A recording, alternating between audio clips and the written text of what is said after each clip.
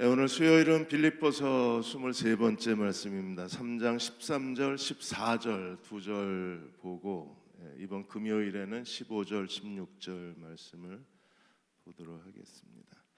베이징 총국장께서 박쥐의 역습이라는 칼럼을 쓰셨습니다.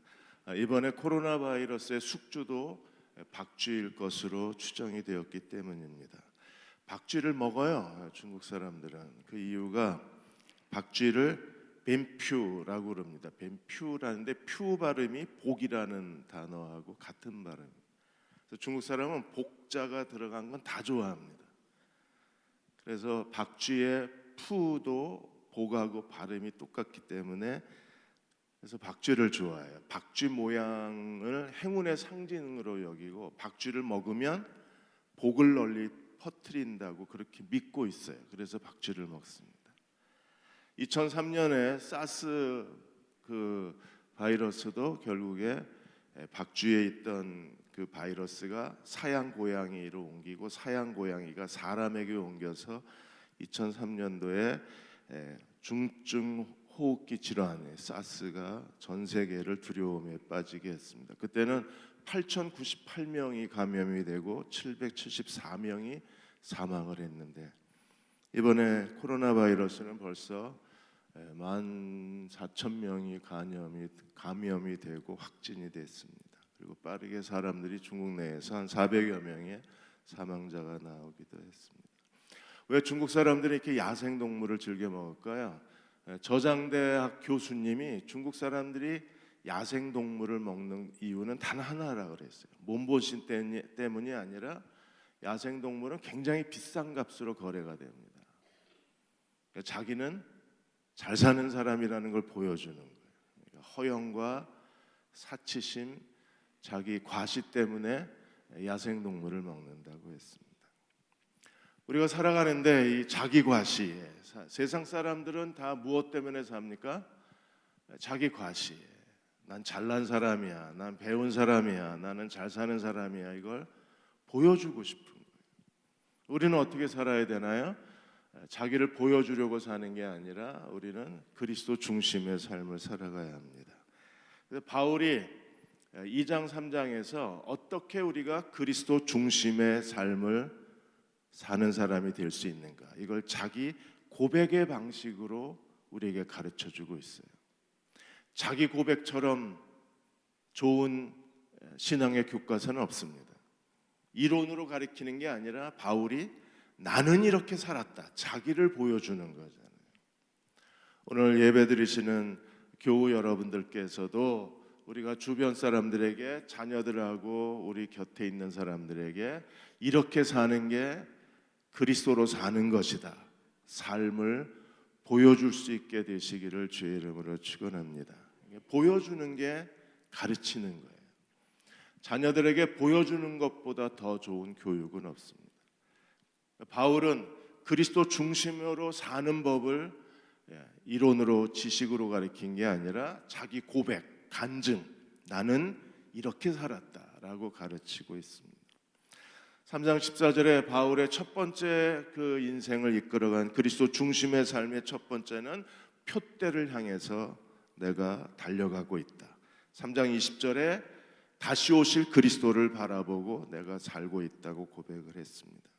그리고 2장 12절에 이렇게 바울이 빌립보 교회에 권면을 했습니다. 그러므로 나의 사랑하는 자들아, 너희가 나 있을 때뿐 아니라 더욱 지금 나 없을 때에도 항상 복종하여 두렵고 떨림으로 너희 구원을 이루라. 너희 구원을 완성해라.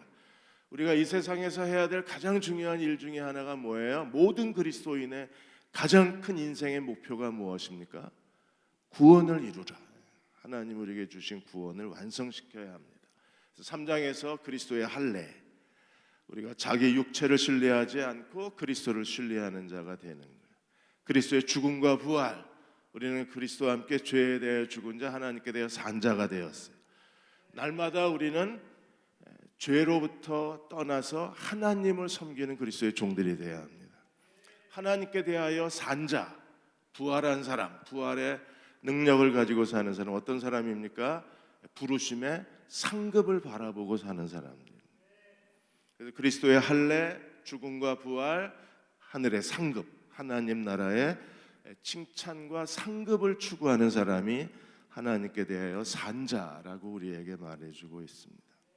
13절 14절에서 바울이 자기의 네 가지 삶의 원리를 다시 간증식으로 고백을 해 주었어요. 13절에서 두 개, 세 개, 14절에서 하나, 이렇게 네 가지 삶의 자신이 살아간 삶의 방식을 설명해 주고 있습니다. 우리도 똑같이 살아야 돼요. 왜냐하면 그래야 그리스도 중심으로 살기 때문에 그렇습니다. 그래서 오늘 아침에는 바울이 그리스도로 산 네 가지 삶의 방식을 우리가 볼 거예요. 그리고 그렇게 지금까지 그렇게 사셨고 앞으로도 남은 시간 그렇게 사셔야 돼요. 손 잘 씻고 마스크 잘 하시고 기침 예절 지키시고 이렇게 사셔야 돼요. 첫째, 3장 13절에 바울이 이렇게 말했습니다. 형제들아, 나는 아직 내가 잡은 줄로 여기지 아니하고. 그러니까 바울은 아직도 자기가 완성된 것이 아니라 지금도 계속 성장해 가고 있다고 고백합니다. 바울도 이미 그가 사도로서, 이방인 사도로서 인생의 말년에 바울은 나는 이제 다 완성됐다가 아니라 지금도 잡은 줄로 여기지 않는다. 그리고 잡으려고 쫓아간다. 계속해서 영적 성장을 추구했던 그리스도의 종이었습니다. 우리도 매일 죄에 대하여 죽은 자, 하나님께 대하여 산 자로 계속해서 성장하는 그리스도의 종들이 돼야 돼요. 이 성장을 통해서 열매를 많이 맺어야만 합니다. 3장 12절 13절을 공동 번역에는 이렇게 설명했습니다. 나는 이 희망을 이미 다 이루었다는 것도 아니고 또 이미 완전한 사람이 되었다는 것도 아닙니다. 굉장히 겸손하죠, 바울이. 나는 이미 다 이루었다는 게 아닙니다. 완성되었다는 게 아닙니다. 나는 다만 그것을 붙들려고 다름질 칠 뿐입니다. 그리스도 예수께서 나를 붙드신 목적이 바로 이것입니다. 나는 이미 붙들었다고 생각하지 않습니다. 지금도 열심히 그것을 붙잡으려고, 그리스도가 붙잡으신 그것을 붙잡으려고 지금도 다름질하고 있습니다. 바울은 계속해서 자기 성장에 대한 갈급함이 있었고 날마다 예수께서 붙잡히신 바 된 그것을 붙잡으려고 지금도 달려가고 있다고 고백했습니다. 신앙의 열정, 신앙의 간절함, 신앙의 뜨거움, 성장하고자 하는 거룩한 욕구가 바울의 마음을 채웠어요.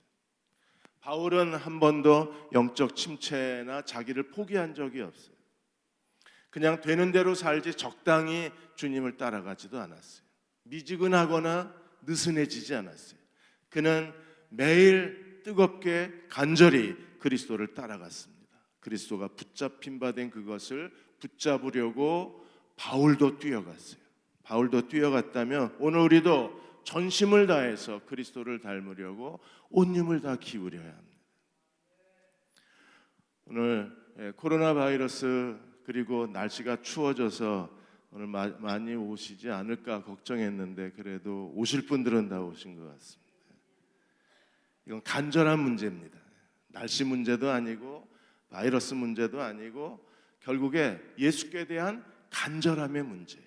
우리가 주님을 닮고자 하고 예수님을 붙잡으려고 하고 예수님이 붙잡으신 그것을 나도 붙잡으려고 갈망하게 되면 죄에 대하여 죽은 자 하나님께서 산 자의 진정한 나를 하나님 앞에 완성시키려 하는 그 영적 뜨거움이 있는 사람들은 지금도 주님 앞에 달려가고 또 달려가는 사람, 온 힘을 다 기울일 수밖에 없습니다. 한 목사님이 코로나 바이러스를 보면서 정말 무섭다 그랬어요. 무섭다. 그리고 어쩌면 이게 죄의 바이러스 그리고 마귀의 바이러스일 수도 있다. 이처럼 사람들이 코로나 바이러스에 감염이 될까 봐 확진자가 몇 명, 이제 18명 나왔어요. 그런데 지금 전국이 다 멈췄습니다. 모든 모임이 다 멈추고 이 한번 바이러스 확진한 사람이 다녀간 곳은 다 문을 닫습니다. 서울의 명령교회도 지난주일 예배 안 드렸어요. 그 사람이 거기에 와서 예배 드렸다는 이유 하나만으로 이 교회 66년 역사상 처음으로 주일 예배 문을 닫았습니다. 확진자가 지나간 곳은요, 이게 음식점이든지 빵집이든지 영화관이든지 다 문을 닫습니다. 이게 정말 죄의 바이러스가 무서운 거예요.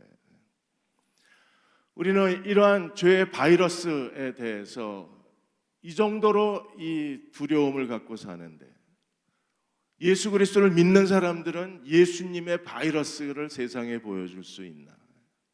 예수 믿는 사람들이 이렇게 강력한 예수님의 증거, 예수님의 살아계심, 예수님의 임재하심을 왜 우리는 세상에 보여주지 못하나? 그런 칼럼을 하나 쓰셨습니다. 우리도 하나님 앞에서 하나님의 능력이 얼마나, 죄의 바이러스에 대해서 이 코로나 바이러스를 모든 사람이 다 두려워하고 피하고 다니는데, 예수 그리스도를 믿는 사람들이 그리스도의 강한 영향력을 세상에 보여주지 못한다면 우리가 뭔가 잘못 살고 있는 거죠. 우리는 온 힘을 다해서 오늘도 주님을 닮으려고 온 힘을 다 기울이고, 예수께서 붙잡으신 그것을 우리도 붙잡으려고 우리의 모든 희생과 수고와 땀을 거절하지 말아야 합니다. 그래서 주님을 위해서 뛰어갈 수 있는 그리스도의 종들이 이 시대에 필요합니다.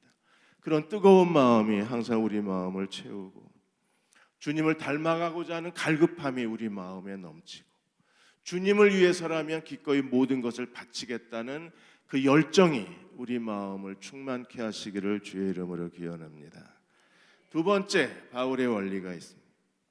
3장 13절에 나는 내가 아직 잡은 줄로 여기지 아니하고, 이게 첫 번째였어요. 두 번째는 무엇입니까? 오직 한 일, 뒤에 있는 것은 잊어버리고 앞에 있는 것을 잡으려고. 뒤에 있는 것, 앞에 있는 것.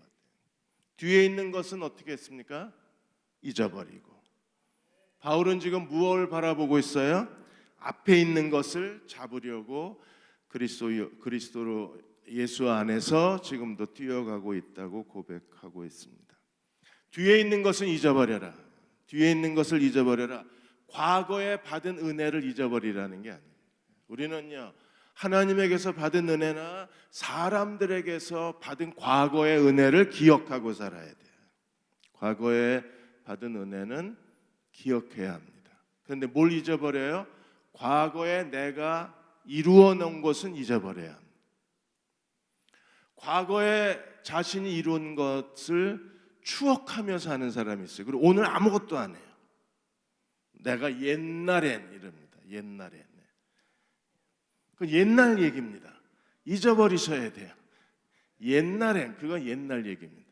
시대는 빠르게 변하고 있고, 하나님은 오늘 내가 충성되기를 원하고 계세요. 오늘 하나님께 순종하고, 오늘 하나님께 충성하고, 오늘 하나님께 자신의 전부를 드리기를 원합니다.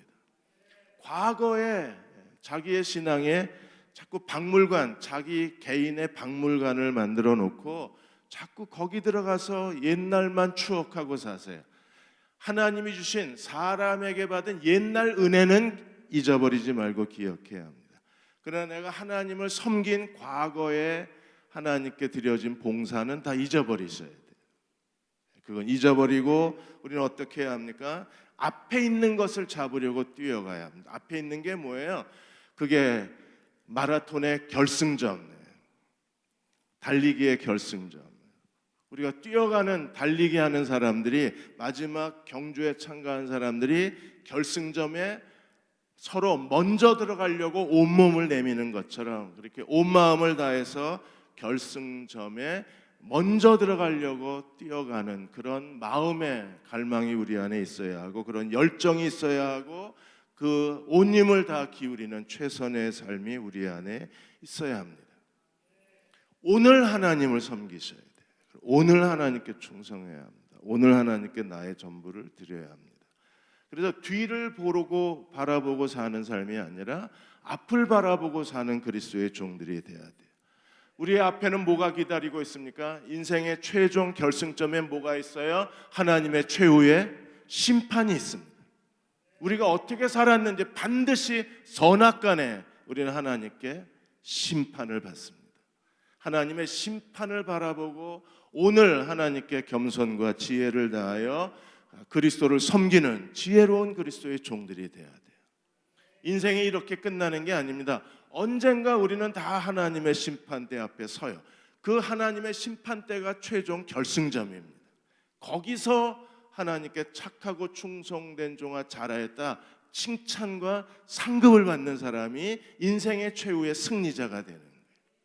그 일을 위해서 오늘 하나님을 섬기는 일에 기회가 주어지는 대로 우리는 믿음의 가정에 선한 일을 하고 그리스도를 기쁘게 하는 일을 찾아서 자신을 하나님께 드리는 걸 힘쓰는 그리스도의 종들이 되어야 합니다.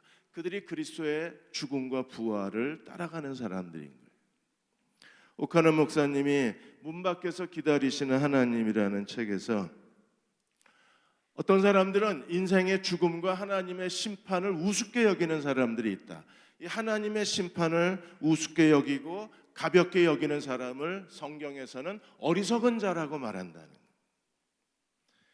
어리석은 자들은 용감하게 이렇게 말하는데 그 어리석은 자 중에 한 사람 화가 페루지노 화가에 대해서 그 책에 쓰셨어요.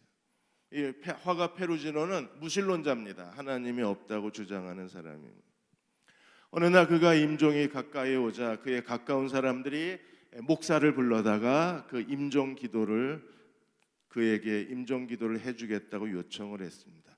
그랬더니 성직자가 와서 그의 마지막 죽음 직전에 기도해 주겠다고 요청을 했는데도 화가 페루지노는 이렇게 말했습니다. 나는 회개하지 않고 죽는 사람이 저 세상에서 어떻게 되는지 내가 직접 경험하고 싶다 그랬어요. 회개하지 않고 죽으면 저 세상에서 회개하지 않고 죽은 사람이 어떻게 처벌을 받는지, 어떻게 심판을 받는지, 어떤 저주를 받는지 내가 겪고 싶다 그랬어요. 하나님을 인정하지 않는, 죽은 뒤에 저 세상에 있다는 걸 전혀 인정하지 않는, 죽으면 끝이라고 생각하는 사람입니다. 그래서 그는 어리석게도 자기가 죽은 뒤에 어떤 일이 일어나는지 내가 스스로 겪고 싶다고 대답을 하는 거예요.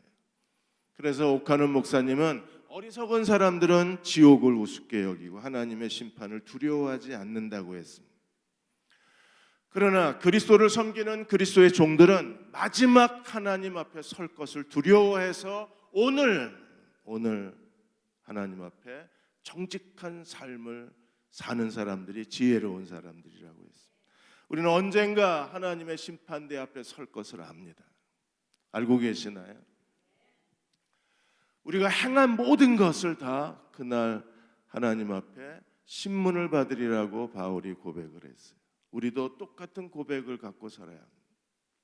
언젠가 하나님 앞에 가서 오늘 내가 한 일에 대해서 우리는 변명하거나 아니면 칭찬을 받아야 할 것입니다.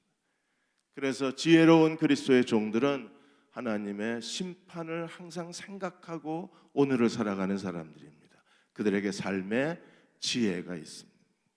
세 번째 3장 14절에 표대를 향하여 그리스도 예수 안에서 하나님이 위에서 부르신 부름의 상을 향하여 달려가노라. 표대를 향하여.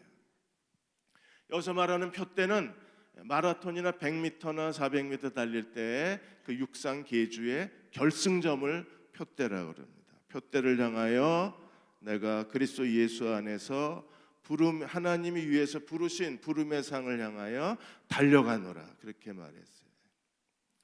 표대를 향하여 달려가는 사람. 표대는 무엇입니까? 하나님 나라의 마지막 때에 우리에게 주실 하늘의 상급을 바라보고 사는 사람들.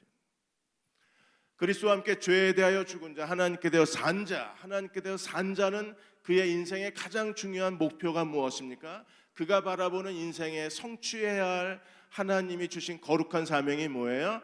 표대를 바라보고. 그 표대는 무엇입니까? 부름의 상, 하나님 나라의 상급과 하나님 나라의 칭찬을 바라보고 살아가는 사람들입니다.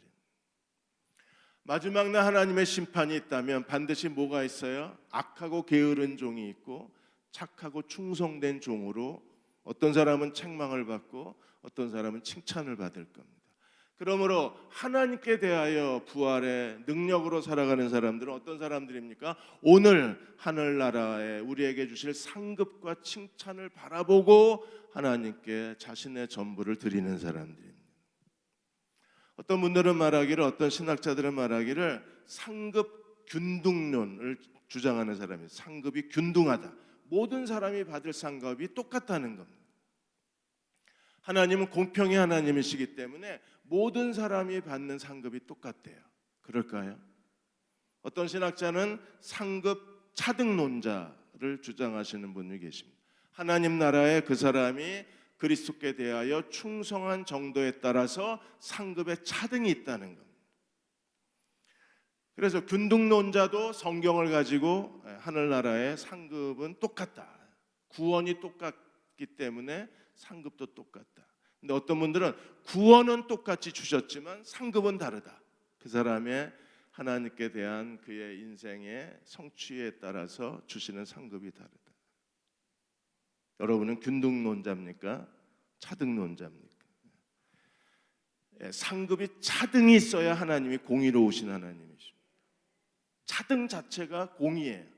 왜냐하면 악하고 게으르게 산 사람하고 착하고 충성된 사람이 똑같은 걸 받는다. 이거는요, 공의가 아닙니다. 이건 하나님이 잘못 대우하시는 거예요. 악하고 게으른 사람이 받아야 될 것과 착하고 충성된 사람이 받아야 될 것이 달라야 하나님의 균등입니다. 하나님의 평등입니다. 평등이라는 개념은 어떻게 살도 상관이 없다. 그 사람이 열심히 살던 게으르게 살던 그냥 1년에 한두 번 교회 나간 사람하고 매주일 그 아픈 몸을 이끌고 주일 예배 드린 사람하고 하늘의 상급이 똑같다. 기분이 괜찮으십니까? 뭐 같아도 상관이 없습니다. 저는 왜냐하면 내가 주님을 사랑하기 때문에 매주일 성실하게 예배 드린 거지 하늘에서 칭찬받겠다고 예배 드린 건 아니기 때문에 상급이 같아도 상관은 없어요.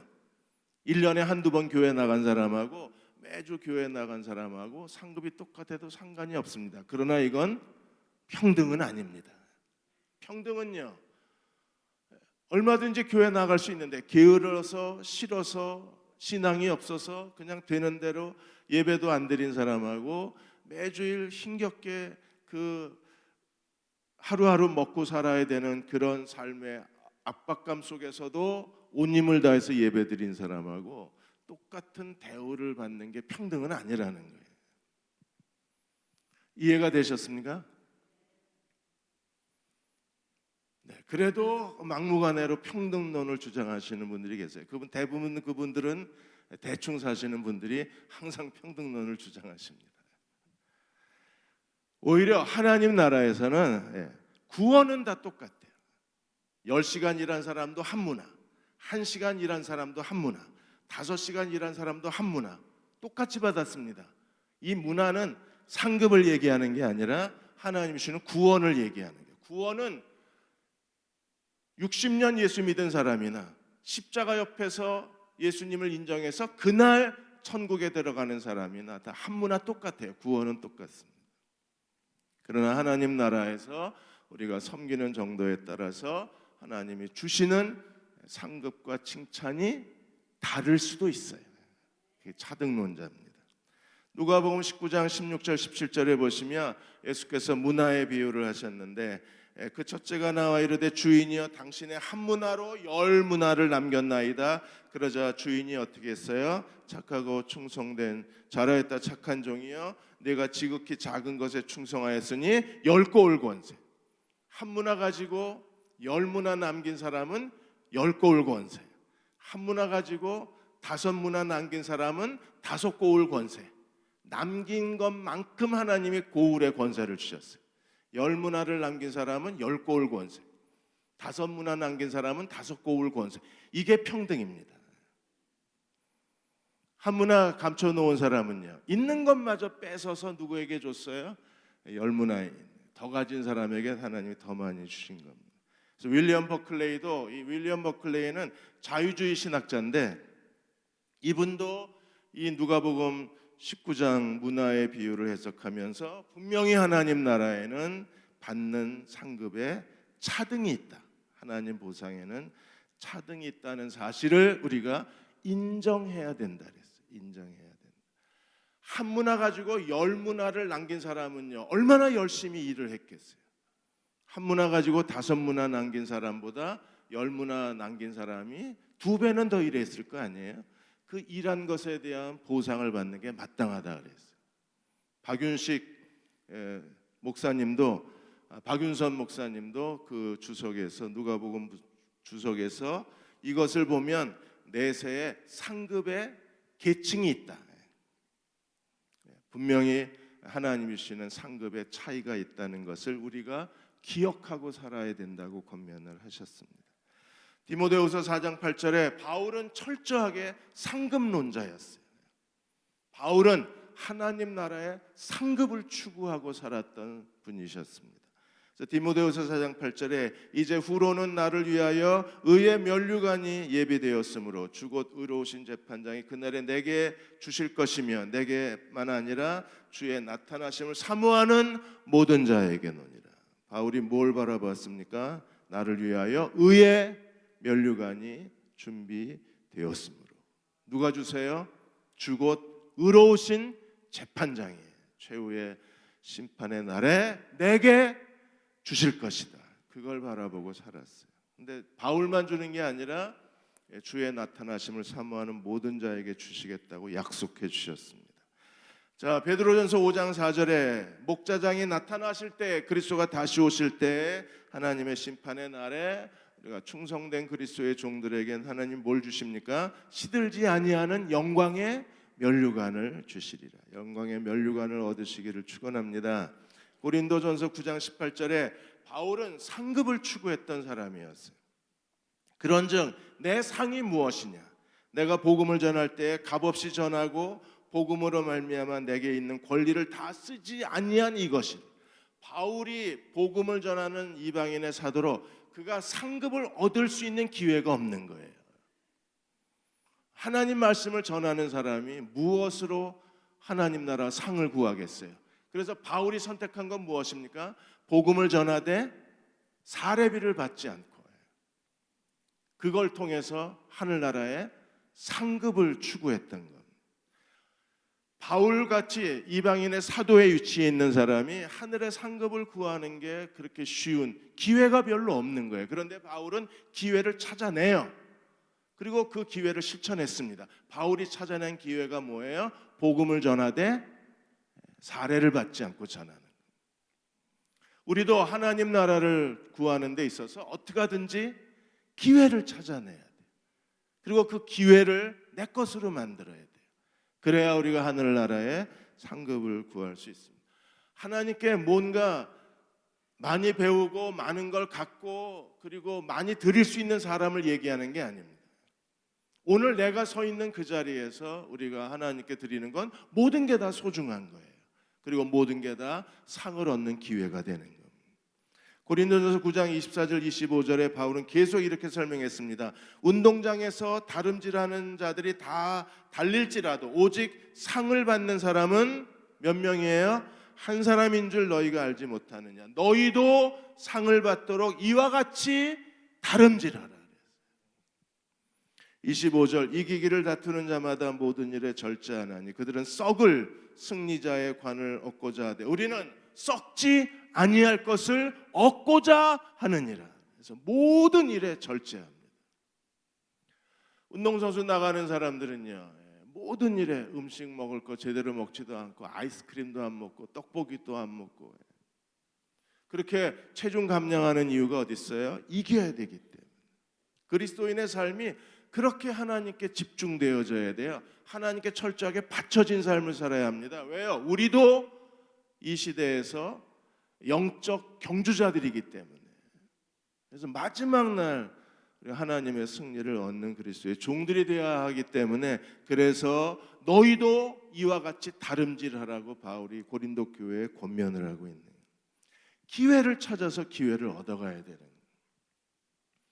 정필도 목사님이 아주 오래전에 서울에서 70년대쯤 되신 것 같아요. 그때 서울의 한 교회가 예배당을 건축하고 부흥회를 초대하셔서 서울에 가서 이제 부흥회를 하셨는데, 보통 부흥 강사가 오면 호텔이 숙소인데 어느 한 집사님 집을 숙소로 정한 거예요. 그래서 집사님이 그 부흥 강사를 대접하나 보다 해서 그 집에 갔는데 가서 너무 놀랐습니다. 난방은 하나도 안 돼 있고 목욕탕은 찬물만 나오고, 그리고 그 집사라는 그 부인 집사는 뭐 미안해서 쩔쩔쩔 매고, 이제 저녁에 장로님들하고 식사하는데 이제 남자 집사라는 사람이 뛰어들어와서 인사를 하는데, 정 목사님 저는 1년에 2번만 교회 나갑니다 이러는 거예요. 근데 그 사람이 자기를 대접한다고 집에 초대를 한 거예요.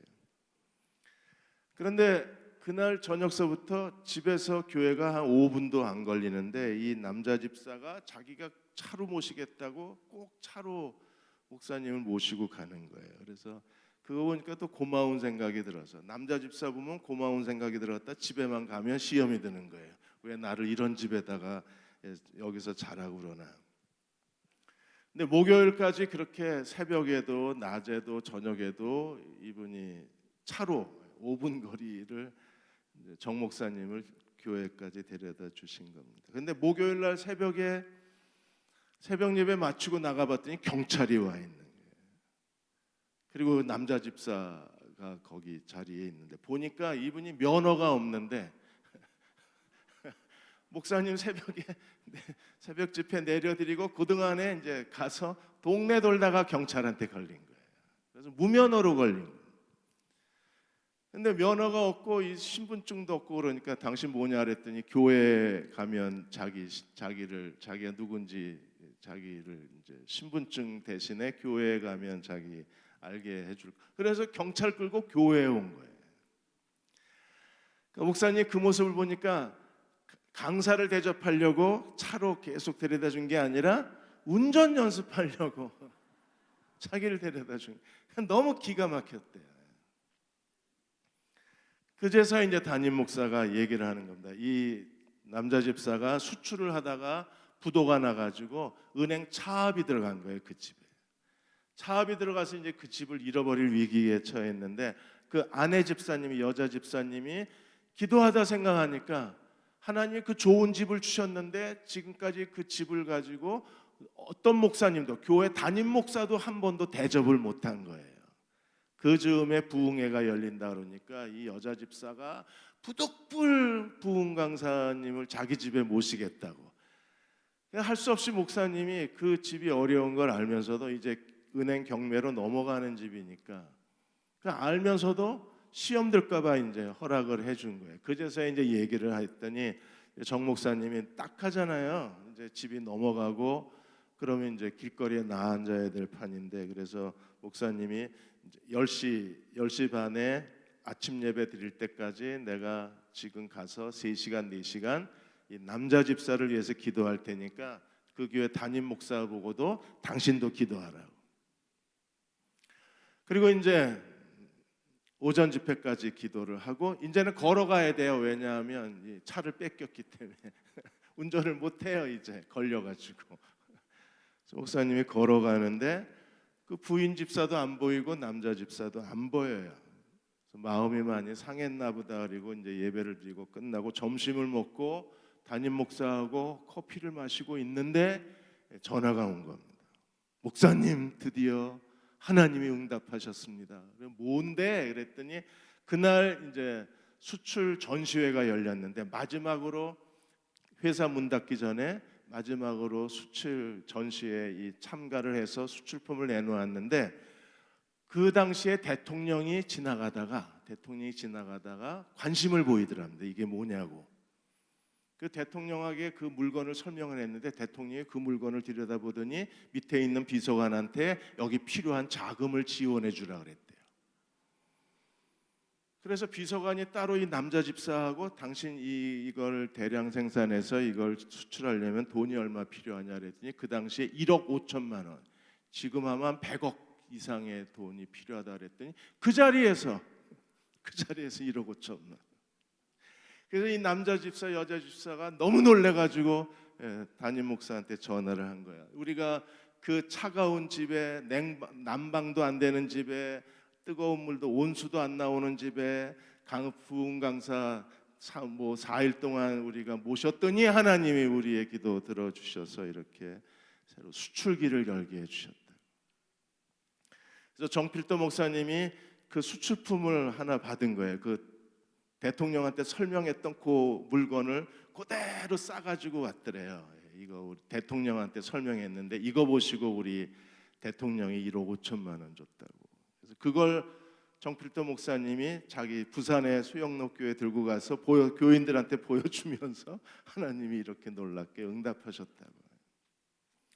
마지막 자기 집, 하나님이 주신 집이었는데 한 번도 누구도 대접 못한 집. 그래서 마지막으로 경매 넘어가기 전에 자기 교회 담임 목사 모신 게 아니라 부흥 강사를 모셨는데 하나님이 그 기도를 들어주신 거예요. 그 간절한 마음을 하나님이 보시고 하나님 응답해 주신 겁니다. 이분들은요 마지막 기회를 잡은 거예요. 마지막 기회. 어떻게든지 좀 난방도 안 돼서 뜨거운 물도 안 나와서 강사 모시기에는 최악의 조건이지만 그래도 그 여자 아내 집사님의 마지막 갈망이 뭐예요? 한번 대접해보고 싶다. 그게 응답이 된 거예요. 우리도 지금 그냥 무의미하게 시간을 허비할 게 아니라 우리 가진 것을 가지고 뭔가 가난한 이웃들과 더불어 나누고 그리고 교회 여러 가지 봉사에 참여하고 그냥 여기 와서 예배 드리느니 여기서 예배 드리는 게 더 안 낫까요? 목소리만 괜찮으시면 노래방 가서 80점 이상 나오시면 여기 앉으셔도 돼요. 여기 앉아서 예배 드리느니 어디가 더 상급이 있겠어요? 여기가 더 있죠. 여기는 1시간 더 일찍 와야 되고 1시간 더 늦게 가야 되니까 이게 기회를 잡는 거예요. 기회. 이렇게까지 얘기하셨는데도 너나 잘하세요 이러면 할 말은 없습니다. 그러나 기회를 잡는 사람들은 어떻게든지 기회를 찾는 거예요.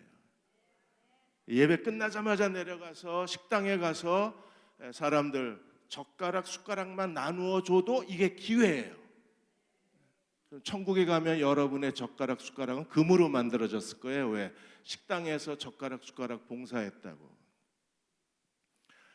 그러니까 지혜로운 사람들은 하나님께 대하여 산 자, 하나님께 뭔가를 드리고 싶은 사람들, 하나님을 사랑하는 사람들은 최악의 순간에서도 기회를 찾아내요. 그리고 그것을 하나님께 드렸을 때 그게 하늘의 상급과 칭찬과 보상이 되는 거예요. 보상. 그래서 마지막으로 다시 한번 14절을 보면 공동 번역에는 14절을 이렇게 번역해 놓았어요. 표대를 향하여 그리스도 예수 안에서 하나님 우리에게 부르신 이렇게 개정은 되어 있는데 공동 번역에는 제가 이 공동 번역을 방송실에 못 드렸어요. 그리스도를 통하여 나를 부르셔서 높은 곳에 살게 하셨다. 그러므로 이것이 나의 목표이며 나의 부르심의 상이라 이랬어요. 하나님이 우리를 높은 곳에서 살도록 부르셨어요. 높은 곳에 사는 사람들이 그게 나의 목표이며 내가 바라는 상급이라 그랬어요. 거꾸로 말하면 상급을 바라는 사람들이 높은 곳에 사는 사람들이고 높은 곳에 사는 것이 하나님이 우리에게 주신 인생의 목표라는 겁니다. 그러므로 어떤 사람이 돼야 합니까? 상급을 추구하는 사람이 높은 곳에 사는 거예요. 더 큰 아파트에 살기를 원하십니까? 상급을 하나님 나라의 더 큰 아파트를 살기 원하면 하늘나라에 아파트는 없습니다. 더 큰 아파트에 살기를 원하면 어떻게 살아야 돼요? 상급을 추구하면. 상급을 추구하면 그들이 높은 곳에 사는 거예요. 상급을 추구하는 게 내 인생의 목표가 되는 거예요. 표대를 향해서 달려가는 사람. 창세기 15장 1절에 하나님이 아브라함에게 뭐라고 말씀하셨습니까? 아브라함아 두려워하지 말라. 나는 너의 방패요 너의 지극히 큰 상급이니라. 하나님은 어떤 분이십니까? 그분 자신이 우리의 가장 큰 상급이시고 그분이 우리에게 상급을 주시는 분이십니다. 계시록 2장 10절에 내가 죽도록 충성하라. 그리하면 생명의 면류관을 내게 주리라. 누구에게 주세요? 충성하는 자에게. 고린도전서 3장 15절 13절에 15절까지 우리가 다 집을 짓는 사람입니다. 금이나 은이나 보석으로 집을 짓거나 나무나 짚이나 풀로 집을 짓는 사람이라고 했는데 마지막 날 그 사람의 공력이 드러난다 그랬어요. 인생을 어떻게 살았는지 하나님이 반드시 밝혀내신다 그랬어요.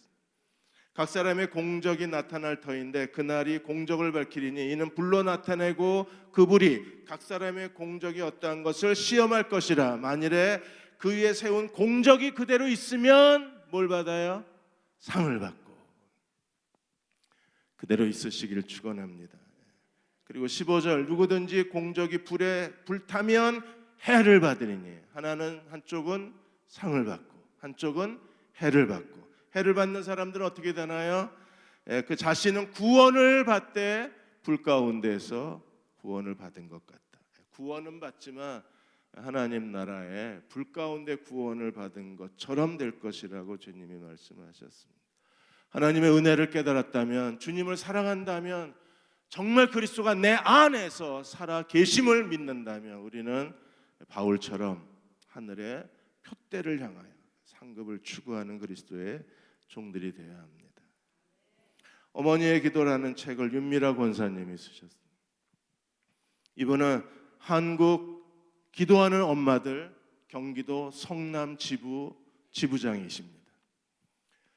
이분이 매일 자기 장성한 두 딸에게 기도문을 써서 매일 아침 기도문을 보냈어요. 기도문이라고 하는 게 뭐 거창한 게 아니라 반드시 성경 한 구절을 정하고 그 구절을 이제 5문단이 넘지 않게 이렇게 짧은 기도문을 해서 두 딸에게 보내는 거예요. 그 두 딸에게 보내고 나서 1시간 뒤면 이제 그 기도하는 엄마들 카톡방에 이게 올라가면 그러면 이제 이 사람들이 같이 그 기도를 가지고 자녀들에게 보내주는데 그 자녀들에게 기도문을 보내주는 엄마들이 국내외 500명이 그 카톡방에 있는 거예요. 그렇게 해서 500여 명이 넘는 엄마들이 이제 이 윤미라 권사님의 매일 아침 쓰는 기도문을 자기 자식에게 보내는데 자녀들이 그 기도문을 받고 많이 위로를 받고 자녀들이 그 기도를 통해서 부모랑 같이 기도를 하고 그리고 엄마들도 그 기도를 읽어주면서 엄마들도 위로를 받고 그래서 자녀들이 믿음과 생명으로 자라나는 거예요. 근데 그 지부에 있는 분들이 이 기도가 너무 아까우니까 이 기도를 책으로 내자. 그래서 자녀에게 보낸 기도문 중에 50개를 골라서 이 어머니의 기도라고 책을 낸 거예요. 그러니까 윤미라 권사님은 그냥 자기는 아이들 두 딸을 위해서 매일 성경 구절에 엄마 기도를 써서 보낸 건데 그게 지금은 500명의 사람들에게 큰 위로가 되고 이제 이게 책으로 만들어져서 또 많은 사람들에게 알려지게 되고 이렇게 사는 사람들이 위로부터 하늘의 부르심의 상을 추구하는 사람. 작은 일에 충성했더니 하나님이 어떻게 하셨어요? 큰 걸 맡기신 거예요. 정말 작은 일이잖아요. 내 두 딸에게 기도문 쓰는 거 정말 작은 일인데 그게 하나님이 축복하시니까 500가정 축복하시니까 사실 어머니의 기도 책이 돼서 많은 사람들에게 위로가 되게 하신 거예요. 오늘 적은 일에 충성하는 그리스도의 종들이 되십시다. 하나님이 내일 우리에게 더 큰 것을 맡겨 주실 것입니다. 그렇게 하나님 나라의 상급과 칭찬을 추구하고 오늘을 살아가는 저와 여러분 되시기를 주의 이름으로 축원합니다. 자, 우리 309장 함께 찬양하겠습니다. 우리 1절하고 4절 부르시고 기도하고 축도하겠습니다.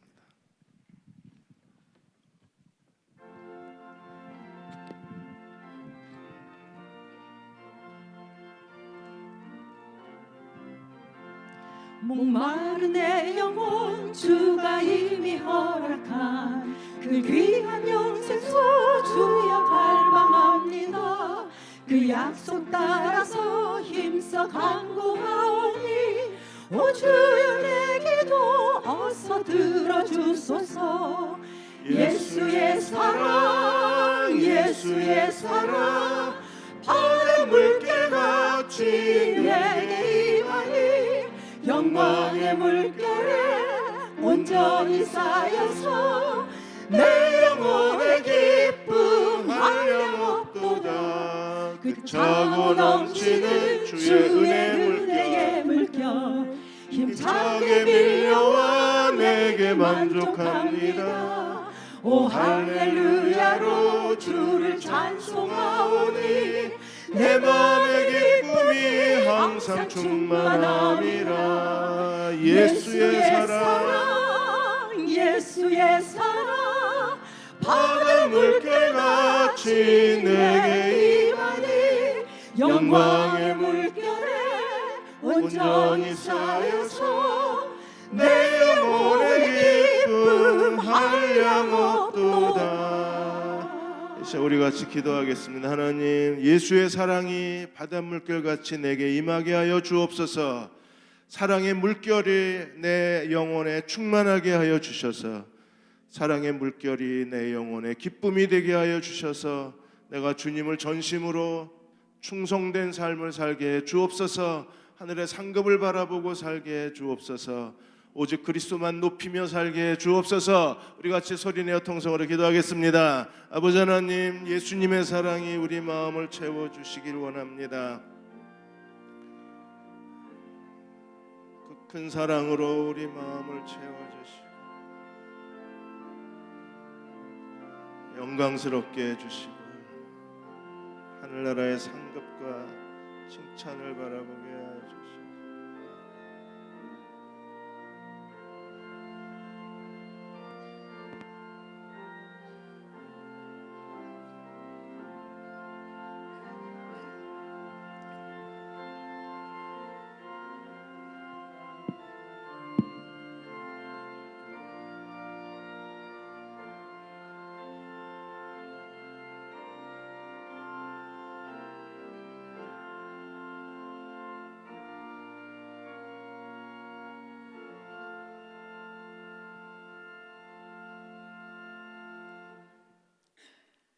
내가 이미 얻었담도 아니요 온전히 이루었담도 아니라고 한 사도 바울의 고백처럼 우리가 그리스도께 잡힌 바 되어 달려갈 수 있도록 주님이 축복해 주옵소서.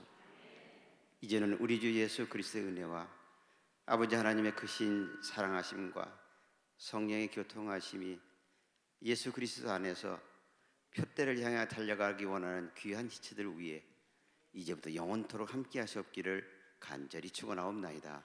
아멘.